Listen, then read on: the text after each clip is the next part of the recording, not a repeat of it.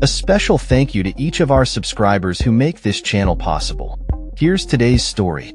In a significant move that has stirred international discourse, the United Kingdom has imposed sanctions on two far-right Israeli ministers, Itamar Ben-Gvir and Bezalel Smotrich, citing their role in inciting extremist violence against Palestinians.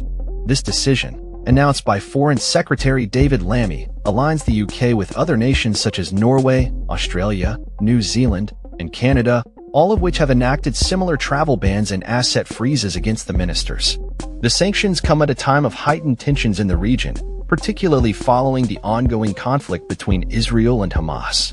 In a joint statement, the foreign ministers of these nations condemn Ben-Gvir and Smotrich for their monstrous rhetoric, which they claim has incited violence and serious human rights abuses against Palestinians.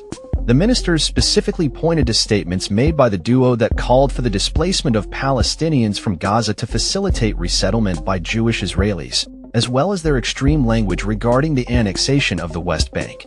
Israel's foreign minister has labeled the sanctions as outrageous and unacceptable, suggesting that this move could complicate the ongoing ceasefire negotiations led by the United States.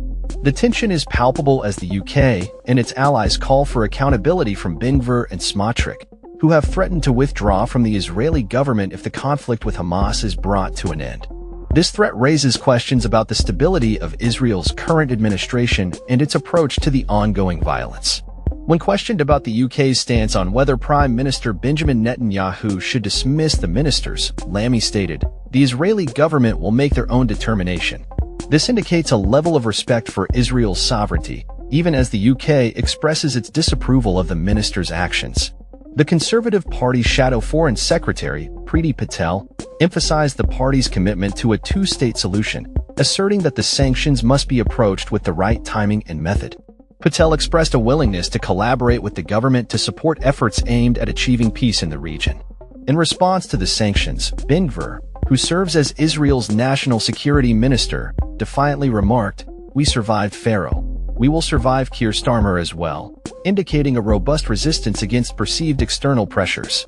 Finance Minister Smotrich added, "Britain has already tried once to prevent us from settling the cradle of our homeland, and we will not allow it to do so again," showcasing a firm stance against foreign intervention in Israeli affairs. The UK government has clarified that Ben-Gvir and Smotrich do not represent the views of all Israeli citizens, highlighting their history of dangerous and extremist views.